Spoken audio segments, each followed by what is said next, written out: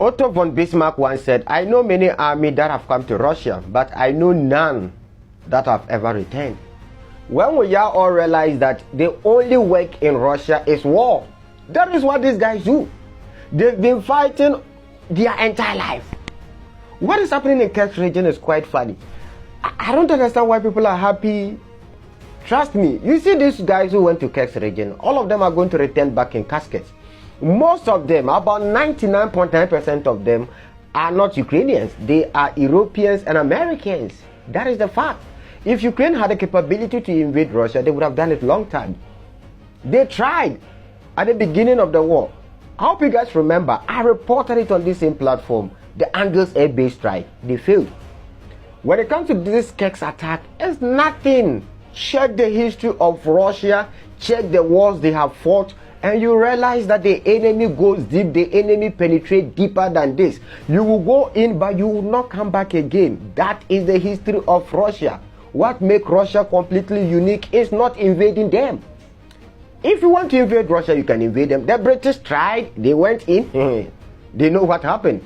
Napoleon went in with one of the biggest army, and Napoleon was looking for a way to run out of Russia. Napoleon couldn't find his way back. Hitler went in, he succeeded. You see, one thing about Russia is when you try or when you start, when you invade them, in the beginning you are going to succeed. Check the history of Russia. In the beginning you are going to capture territories, but when you go deep, you will not come back. That has always been their history. When are you guys going to learn this? Invading Russia has never been a difficult thing, right? But succeeding has always been the most difficult thing. Now, let me explain something here. You see, this is Kerch region, right? Right? Check here, up here. Kerch. Now, they enter. Now, most of these territories, right, on the border is controlled by the Russians. Look at Kharkiv here. We have most of the cities controlled by the Russians here. So it is likely that most of these soldiers who entered into Kerch region are going to be trapped. Because if you look at back, it's controlled by the Russians. They are now in the middle of the Russians. So it is likely that these guys are going to return back in caskets. It's totally impossible to defeat these guys because of, one, the land size of their country. Fucking big. And when it comes to winter, these guys are fucking good in fighting winter. And you can't fight with them. Look, sometimes people say, oh, Japan defeated them. Japan never penetrated deep inside Russia. This was something that they were doing on their borders. And it was never a major war, right? If you think Ukraine is fighting in Kerch region, then there's something wrong with you. Ukraine don't have the manpower, they don't have the equipment, they don't have the intelligence. It is totally impossible for the Ukrainian army to carry out such an attack. It is impossible. Ukraine army who is now forcing even pregnant women on the battlefield because they don't have men. Ukraine army that is, forcing old men. Today, the average Ukrainian soldier is around, I think, 50 or 60 years. These are old men. Most of the young guys are out of the country. Ukraine cannot carry out such an attack. You see, these NATO troops in Ukraine, the propaganda is too much. These guys are using green screen. They are painting a picture that they are going deeper inside Russia. I wish they go deeper inside Russia. The deeper you go, the more likely you will never return, because supply lines become very difficult, right? Because the deeper you go, the more difficult it is for you to get supplies.